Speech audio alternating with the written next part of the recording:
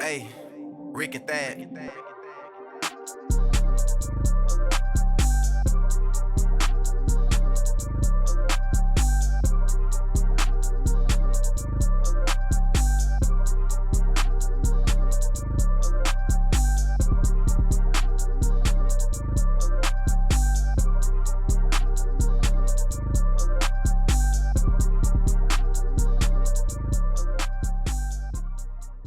What it do, what it do. Thanks for choosing Total Payout Podcast. You're chilling with your host, Trouble.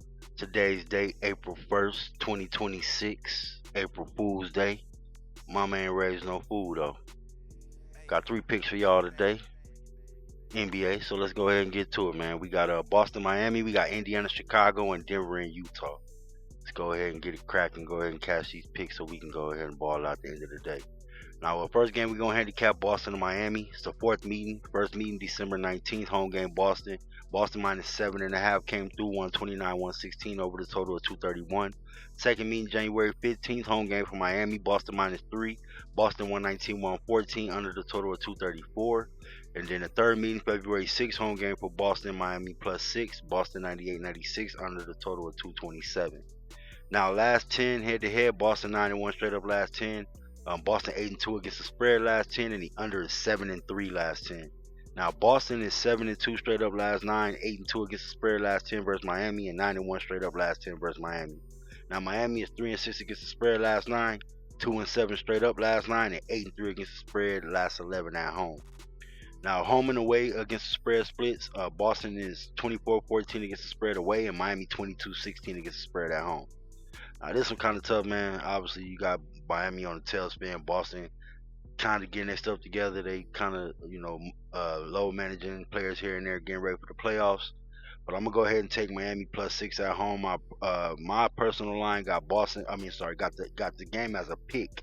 Obviously Boston minus 3 home field advantage will put it at a pick, and then 229, 228 around the total. I'm gonna go ahead and take the plus 6 with Miami.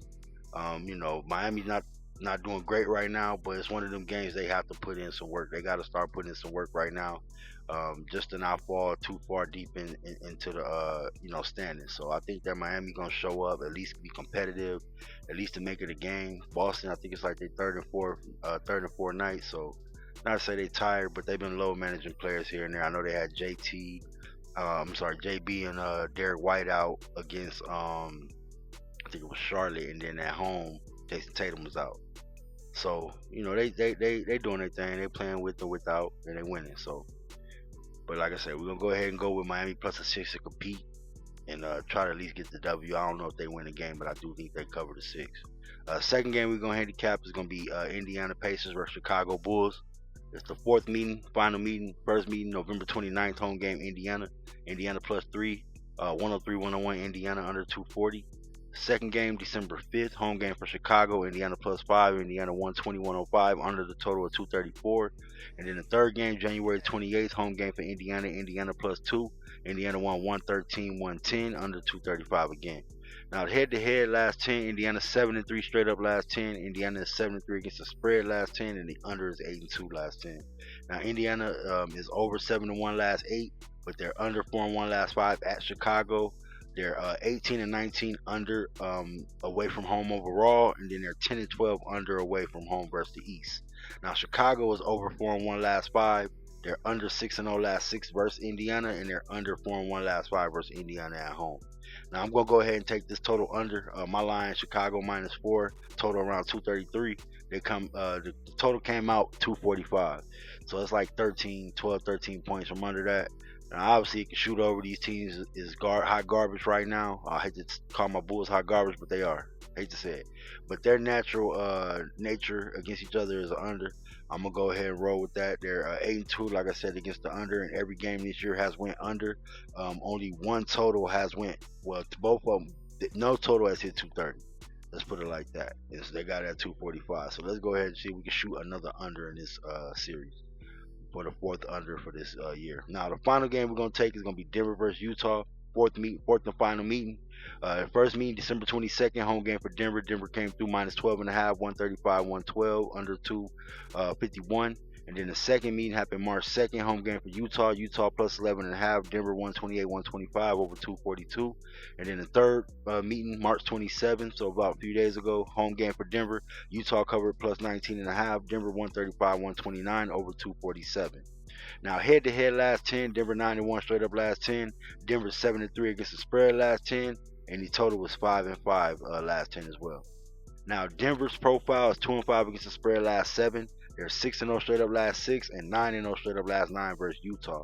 Now Utah is 3-6 against the spread last 9, 0-6 straight up last 6, and 8-4 against the spread last 12 at home. Now home and away against the spread splits versus the Western Conference. Denver is 14-10 against the spread away versus the West, and Utah is 14-10 at home versus the West. Keep it simple. I'm going to go ahead and roll with Utah. They're getting 17.5 points in this game. My personal line, Denver minus 8, 242 total. I'm taking that 17.5. Obviously, Utah is hot garbage right now as well, but they've been covering numbers, and they're a positive cover. And then also, they're 14-10 against the spread. They match Denver as far as the situation home and away. And then they've covered this number. They covered the number 2 out of the 3 times they played Denver this year. Only time they got blown out was the December 22nd game, the first game. They've been competitive the last 2, with a total of 9 points between the 2 losses. So I'm gonna go ahead and roll with that plus 17.5 with Utah. I hope they compete against a division foe. So let's go ahead and recap the games that we're taking today. We got Miami getting plus 6 at home against the Celtics. I think they do compete. They need to start winning some games. I don't know if they win the game, but I know they're gonna compete and hopefully cover this 6. We got Chicago in the Indiana Pacers, Bulls versus the Pacers, going under the total of 245. Like I said, my personal line is at 233. They have went under every single game this season. Not one game has went over 230. I mean, we could be playing with fire, but we're gonna go ahead and gamble, man. That's what we do. And then the final game is recapping the take is going to be Utah plus 17.5 at home against the Denver Nuggets. They have covered the number 2 out of the 3 times they played, and 2 out of 3 games they pretty much had a chance to win both of those times they covered. So I do think they're good for 17.5 at home. They're 14-10 against the spread at home, just like Denver's 14-10 against the spread on the road. Obviously, they get dominated by Denver straight up, but we're getting a whole boatload of 17.5 points. So let's hope that Utah shows up to compete. So I want to thank you guys for tuning in to Total Payout Podcast. Once again, you're chilling with your boy Trouble. Today's date, April Fools, April 1st, March 2026. Like I said, my man raised no fool over here though. You guys have a great day. Please give me a like, comment, and subscribe at the end of this video. I greatly appreciate it. And like I always say once again, please stay out the way. You guys have a great day. Thank you.